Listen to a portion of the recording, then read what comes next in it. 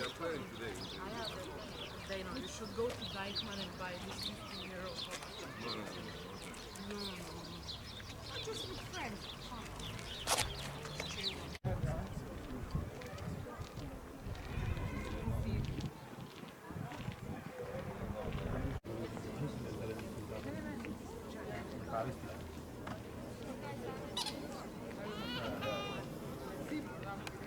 Vem da so ti govorili neki, da so imeli neke celice, ko bodo transferce, ko noter imaš neke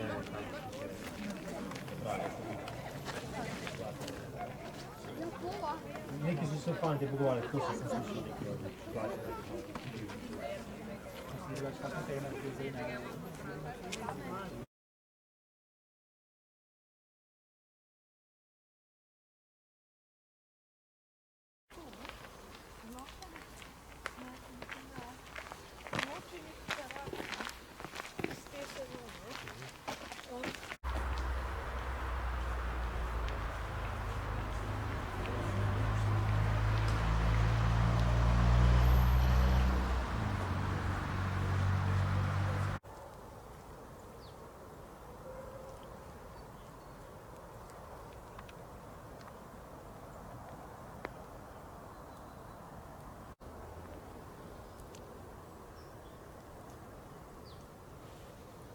Šiška je zame samozadostnost bivanja.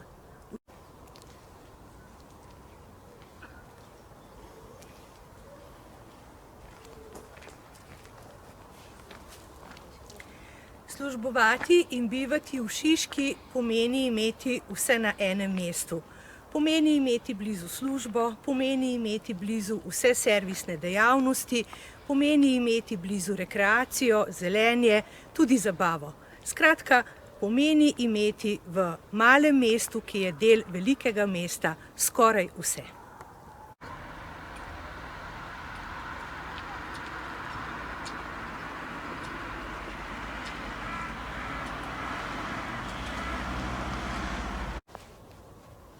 Ja, šišenski zrak usvobaja. Poglejte, v Šiški lahko najdete eno glavnih vpadnic v Ljubljano, to je Celovško cesto, ki je povezovala ljudi z Gorenjsko, z Dunajem, če želite, z Avstrijo in celo prinašala v Ljubljano en tak duh cesarske Avstrije.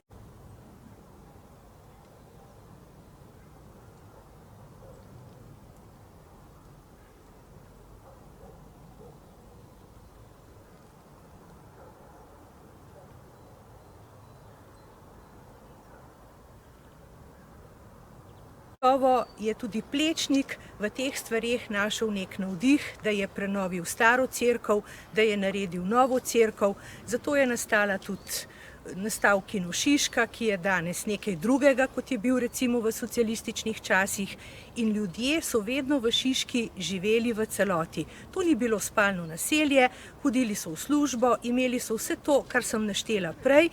Imeli so ogromno služb, ker je bilo tudi ogromno industrije, zdaj se je sicer to spremenilo, nekatere stvari so se ukinile, nekatere so nastale na novo, nekatere so se preobrazile. Ljudje, ki so recimo prišli v Šiško iz mnogih koncev Ljubljane in pa tudi države in pa iz drugih držav, so bivali skupaj v novo nastalih naseljih, ki pa niso bila vedno samo spalna. Vedno je to okolje Šiške nudilo ljudem možnost, da so živeli polno. In Šiška tudi nima nekih ostrih meja z drugimi predmestji. Lepo se prevesi recimo v Šentvid, pa potem naprej v Gorenjsko, pa v Vič, pa za Bežigrad, nikjer ni nekih ostrih meja.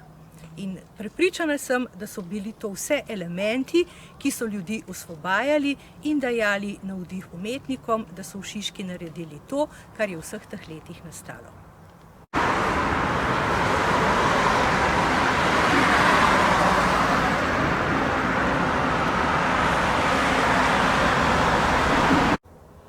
Kako je pa pravzaprav z modernim bivanjem v Šiški? Namreč zdajšnje generacije toliko ne poudarjajo tradicije, domoznanstva, ampak bolj poudarjajo, kaj je tisto, kar je njim praktično, kaj je tisto, kar njih na bivanjsko skupnost veže. Ali se s tem pravzaprav Šiška pridružuje modernemu konceptu, da pravzaprav korenina ni toliko pomembna, da je bolj pomembno, kaj ti imaš, ali je v Šiški vseeno to malo obrnjeno, ker Šiška daje veliko domačnosti. Domačnost je pa stvar korenin.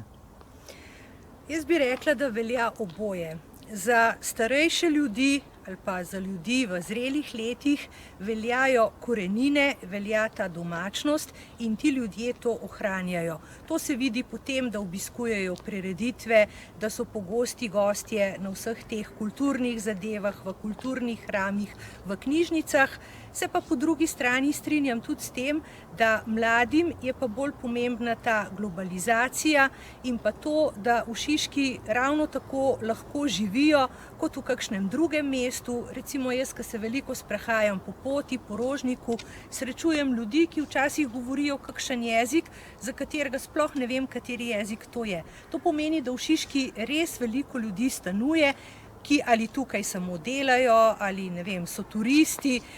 Skratka, so našli v Šiški neko okolje, ki jim recimo kot ljubiteljem globalizacije ustreza.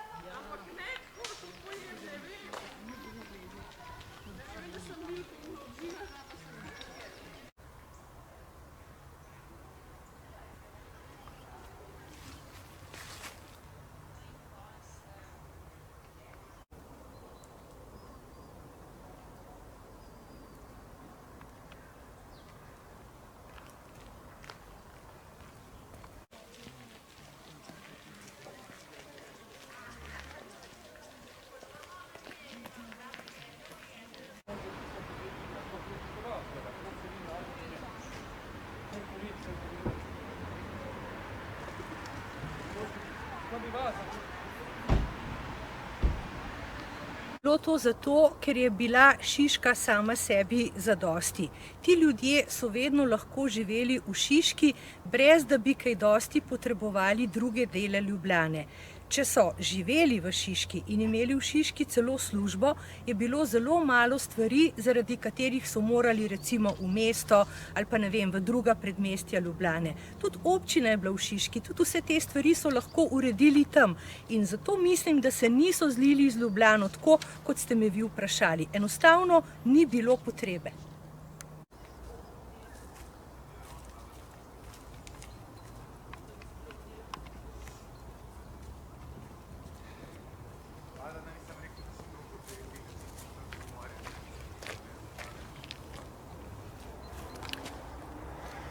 Hrup. Ne vem, če je hrup ravno vir navdiha, zame ne. Mene hrup moti in vedno iščem mir.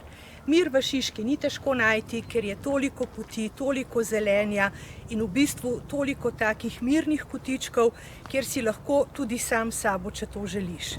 Verjamem pa, da so ljudje, ki jih nekako hrup vzpodbudi, predrami in jim da tudi neke nove ideje.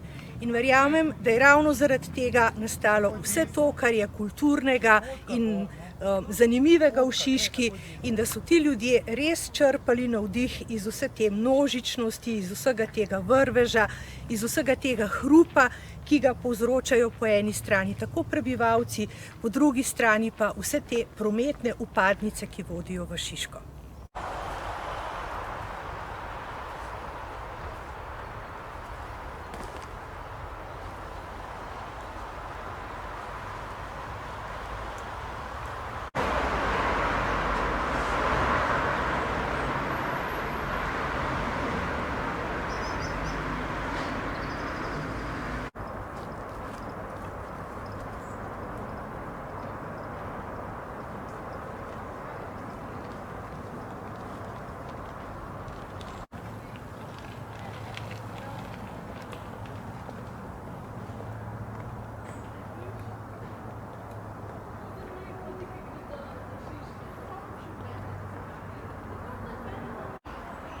Začni.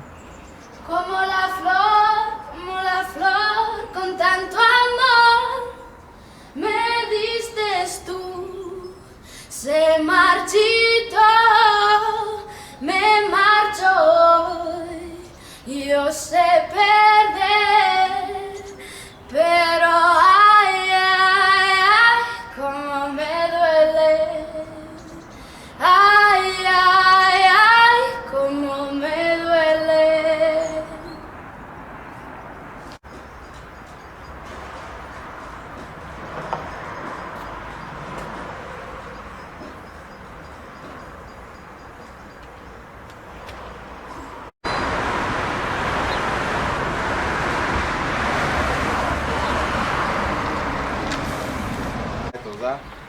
Kaj moramo pa delati?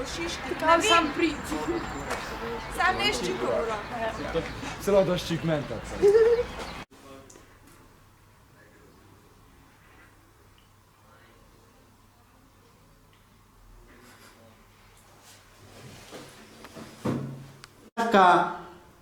V dveh stavkih, kaj je PUM? PUMO je projektno učenje mlajših odraslih, ki je namenjen mladim med 15 in 26 letom. Prihajajo povsem predvsem zato, da uresničijo svoje individualne cilje, ali je to na področju šolanja, iskanja zaposlitve, osebnih ciljev, nekaj, kar njih nagovarja in si oni želijo v svojem življenju doseči, in mi smo tukaj pravzaprav, da jim pomagamo na tej poti njihove. Nekateri sploh potrebujejo v življenju razmislek. Šola jim tega včasih niti ne omogoča, ker je tako storilnostna in v ocene naravnana in se morajo odločiti, ali bodo v življenju ustvarjali, delali ali se naprej izobraževali. Se strinjate s to ugotovitvijo? Ja, nekateri v šolskih sistemih zelo dobro razumelajo, nekateri pa mogoče razmišljajo malo drugače. Pa hitro ugotovijo, da šolski sistem pravzaprav ni za njih in da želijo svojo pot nadaljevati na nek drugačen način ali pa na drugačni šoli. In mi smo tukaj, da jih spodbujamo pri temu, da iščejo tisto, kar njim najbolj ustreza. Vesna, prav gotovo življenjska zgodba je tudi zgodba prihoda v neko ustanovo. Kako bi povedala, kako se je tebi zgodil PUM in a ti je PUM dal krila, in če bi bila v šoli ali pa katerikoli drugi ustanovi, bi se lahko tako izrazila. Verjetno je tu precej ustvarjalnost na delu. Ja, jaz sem pa prišla na PUM samo zaradi tega, ker pač me ni uspevala šola in mene je dobesedno PUM vzbudilo k tem, da pač lahko svoje stvari pač oziroma svoje mišljenja daje ven iz sebe, spodbujajo me k tem, pač karkoli me veseli delati. In pač ja, zagotovo vsem priporočam, da pač pridajo sem na PUM. Kristal, kako se je zgodila tale zgodba s PUM-om? Je bilo tudi omejevanje v vsakdanjem življenju in mogoče, da je PUM dal ustvarjalno žilico, ali je še kaj za dodati notri, ker vsaka zgodba prihoda v PUM je posebna zgodba. Kakšna je zgodba Kristal? Ja, ne, res je tako, če ti v šoli nisem dobivala dosti pomoči v šoli, kakor sem jo v bistvu rabila, in potem sem prišla na PUM in v bistvu je tle lažje, več imam časa, da razmišljam, kaj si sploh zares želim od življenja in kako bom to speljala. Več imam, se mi zdi, da prostora, da lahko delam stvari, tako da, ja, krila. Jaz sem mislim, da je nekaj povedati.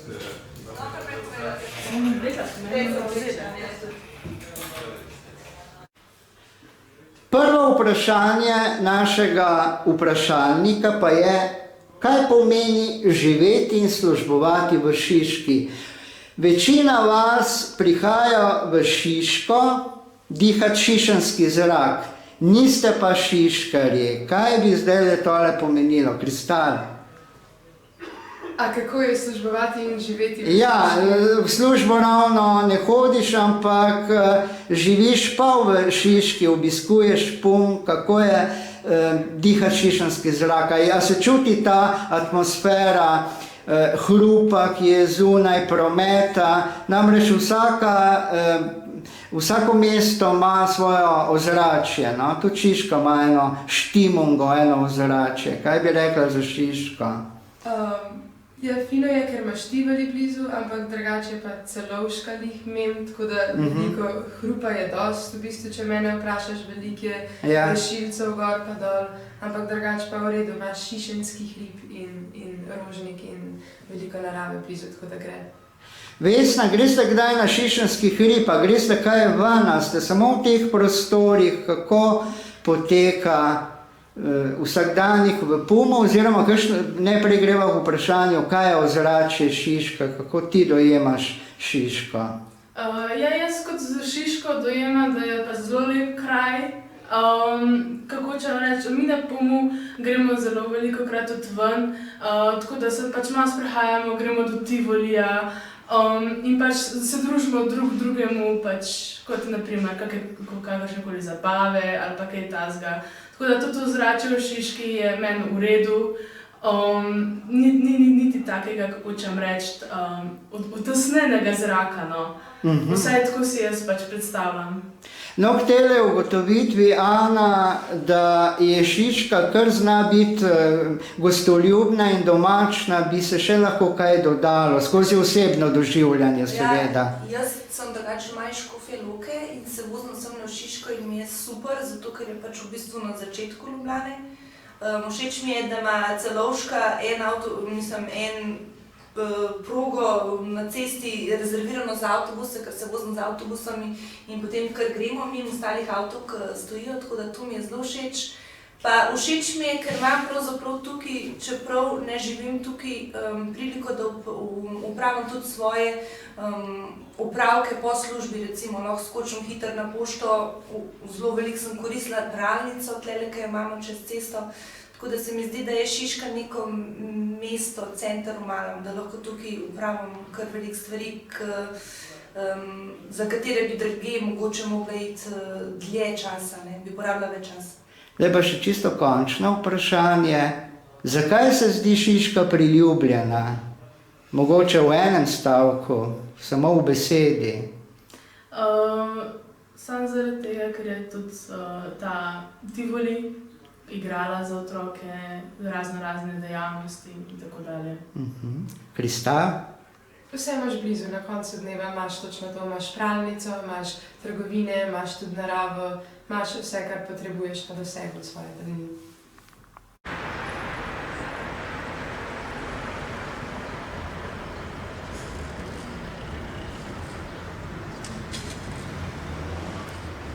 Ana, Šiška je hrupna, bučna, zdaj nekaterim je to lahko navdih, nekatere pa to moti, ampak Šiškarji so kot zliti z vsemi temi šumi, hrupom, ropotom, kaj bi lahko rekli? Jaz moram priznati, da me je na začetku zelo motil ta hrup iz Celovške, še posebej, ko smo imeli malo pokvarjena vrata, pa je res vsak šum prišel noter. Zdaj imamo lepa nova vrata in tudi šumov je veliko manj, tako da kar se tiče avtov in tega sploh ne slišim, kar me pa zelo prizadene oziroma zelo veliko slišim, so pa rešilci. In vsakeč, ko gre rešilc mimo, si mislim, da bi bilo vse v redu s tem. Tako da se večkrat na dan, tudi ko med delom, ko delamo tukaj, spomnim na te osebe, ki jih vozijo z rešilcem mimo. Tako da, kar se tega tiče, bi rekla, da hrup ni moteč, je pa po eni strani nek spodbujevalnik k temu, da se zaveš, da je pravzaprav življenje zelo krhko, ko slišiš te stvari, ki grejo mimo. Vesna, ko potegne rešilec, ko naredi tisti svoj znameniti zvok, na kaj pomisliš? Enako pomisliš kot Ana, da nekomu gre za življenje. Katere spominske navezave, asociacije se prebujajo? To, da pač te reševalci grejo pač na pomoč nekaterim ljudem, ki jim pač morajo oziroma nudijo pomoč. In je to po eni strani pozitivno, da nekateri omogočajo, da rešilci pridejo ob določenem cajtu na tisto mesto. Se pravi, ta zvok je upravičen, ne da? Ja. Kristal, kako je, ko rešilec potegne ali pa kakšen vlačilec da svoj zvok od sebe? Kako se to sprejme? Enako kot za njiju dve, razen to, da se mi zdi, da mogoče je postalo že malo preveč normalno, ko velikrat v bistvu dejansko slišiš ta zvok, meni ful velikrat ne potegne več niti to, da se nekomu rešuje življenje bolj, kot sam še zvok, ki se ponavlja velikokrat čez dan in je lahko tudi, ne vem, če bi preveč razmišljala o tem, da se vedno rešuje nekomu življenje, bi bilo malo morbidno, res jih je veliko. Hvala.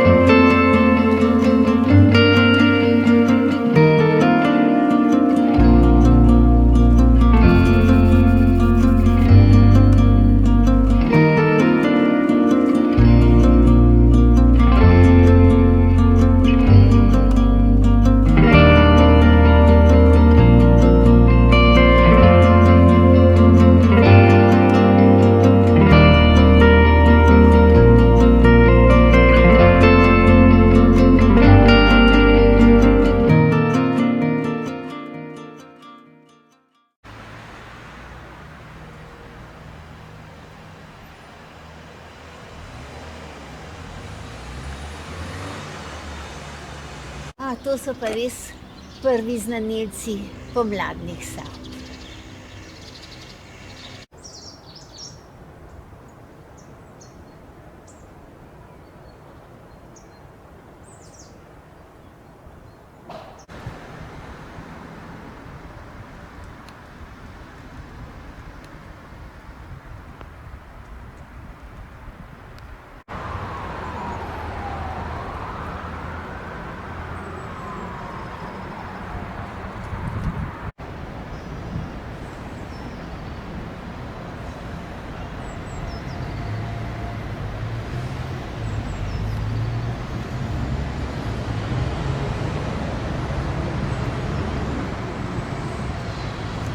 Šiška je moje otroštvo. Gospa Dušica, Šiška pomeni Šiškarjem marsikaj. Kaj pomeni vam? Glede na to, da ste preživela do 46. leta otroštvo, potem pa ste se v Šiško vračala. Enkrat kot pešec, drugič kot predavatelj in seveda velikokrat tudi na potep. Povejte temeljne značilnosti lege in položaja Šiške. Ja, gotovo ima Šiška en svojstven položaj. Na eni strani je tako rekoč predmestje mesta, danes že tako rekoč lahko rečemo del mesta. Na drugi strani pa je ohranila nek status stare vasi. No, včasih so rekli pač prva vas Ljubljanska, pa Pušelc Ljubljana in vse to, ampak dejansko v Šiški se je že začela Gorenjska. Tam, če gremo, beseda Šiška pomeni hiška, ker stari Šiškari so H pa Š zamenjavali. Tukaj so bile stare kmetije, tukaj je bilo doma neki starosvetno življenje, starosvetne slovenske vasi, v tesnem stiku z meščanstvom. Vendar pa morava pridati ugotovitev, da so bili Šiškarji vedno nekako do sebe. Pripojitev do Ljubljane je bila z začetkom Prve svetovne vojne, kar je sorazmerno pozno. Šiškarji so ohranili tudi nekako odprtost, kot ste omenili, proti gorenjskosti, vendar je pa treba omeniti, da je bilo tukaj izrazito več nacionalno razpoloženje, da so z vzpostavitvijo železnice prihajali v Šiško različni narodi. Tudi po železnici bi morebiti rekla o tej raznovrstnosti in razgibanosti. Šiška namreč ni imela značilnega ljubljanskega vedenja. Imela je neko svojo posebno vedenje in seveda niso ravno vsi odprtih rok sprejeli, da so pripojeni k Ljubljani. Kaj bi dejali o tem? Ja, če gledamo na tiste čase, je to zelo res. Šiškarji so imeli en poseben status in je hotel biti Šiškar, ne Ljubljančan. No, če gremo zdaj malce nazaj v spomine mojega očeta, ki je bil 15 leta, je bil prvič mobiliziran vojak v Ljubljani, je rekel, da so pač Ljubljančani v nedeljo popoldan šli na izlet k Stari cerkvi. Na dobro vino. Na dobro vino, pa eno klobaso, tako je. Ampak so šli iz Ljubljane v Šiško. In Šiška je hotela ostati Šiška in biti to svojo samobitnost. In Fran Erjavec je prav tako po svetu svojo novelo Potopis poti iz Ljubljane v Šiško. Vi ste tudi v svoji publikaciji Šiška, prva vas Ljubljanska omenili Franja Erjavca kot nekoga, ki prihaja iz Ljubljane v Šiško. Tako je, iz enega kraja v drug kraj. No pa če gremo še malce bolj v ljudskost, recimo pesem, kje so tiste stezice, so Šiškarji po svoje. Pa sem Šiško v vas hodil, sem gladil steze, pa sem Šiško v vas hodil, sem gladil steze, pa sem Šiškarca vprašal, če kaj mara za me. On je stezice tam še gladil, to še ni tako dolgo od tega, ne? Tako da je bila Šiška zares vas in je želela ostati ta vaška starosvetna slovenska vas.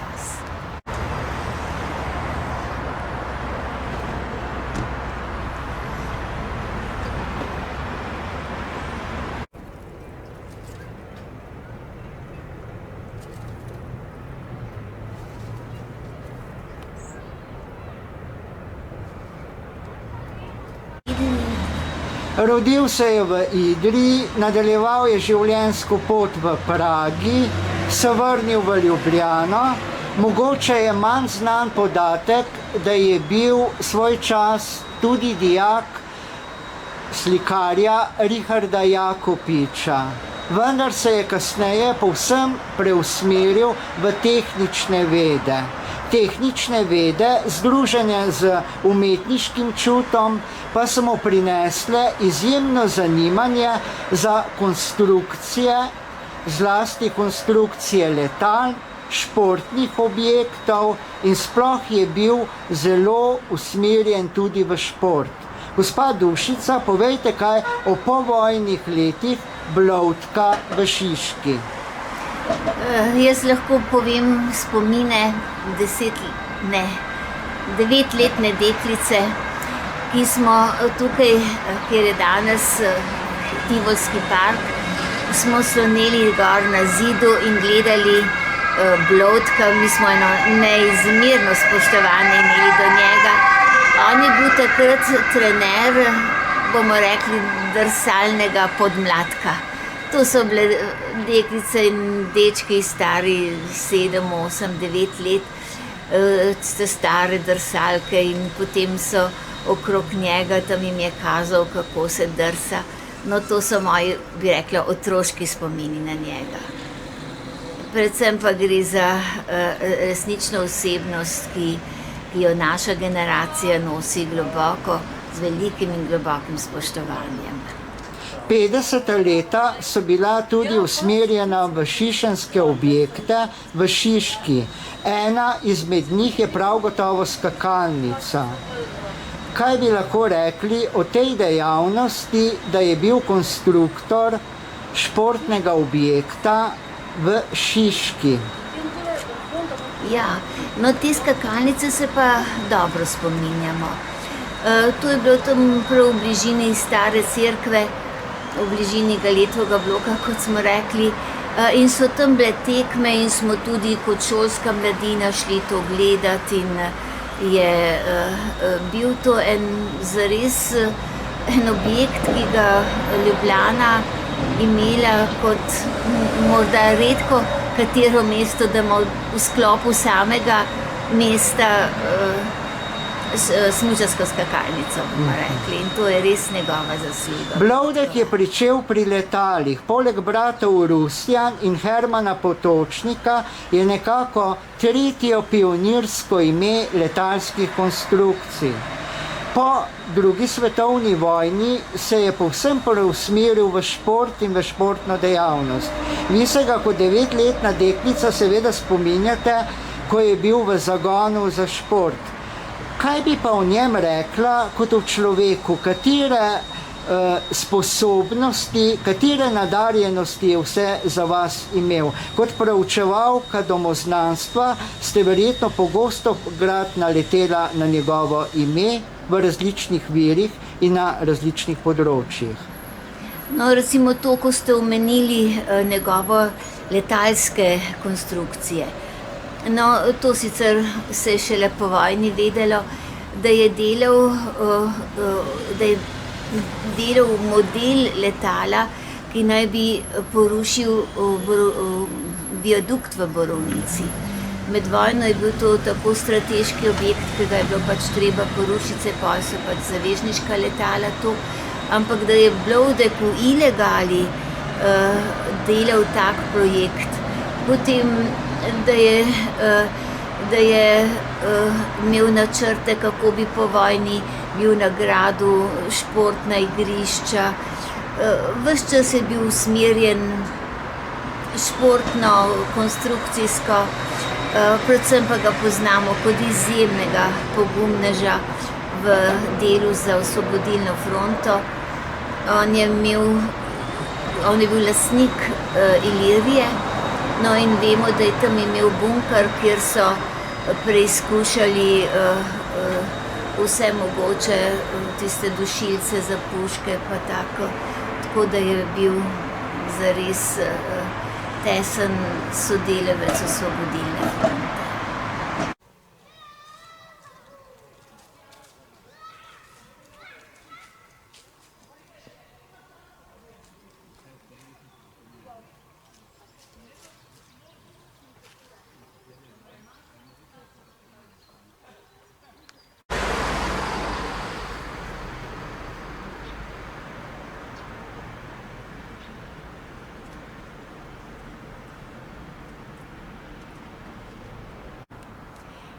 To je pa sedaj ulica mojega otroštva. Ja, vojna je mojemu otroštvu prinesla lakoto. V tej hiši sem živela do leta 1946.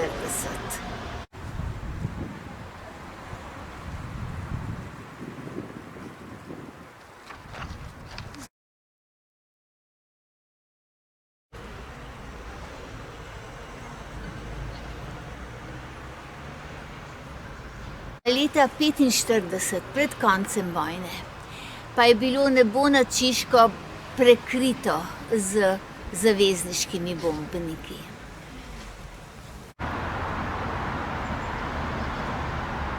Kaj bi lahko rekla, da Šiška meni pomeni? Sigurno mi pomeni otroštvo. Čeprav je bilo to otroško težko in trdo, iz vojnih časov, lačno in vsega pomanjkanja polno, pa vendar zmeraj bomo mislili, da so mlada otroška leta tisti lepi časi in tako tudi jaz sprejemam Šiško.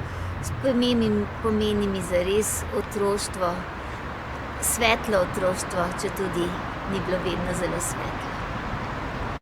Vsak korak po ulici Šiške je povraten in nepovraten.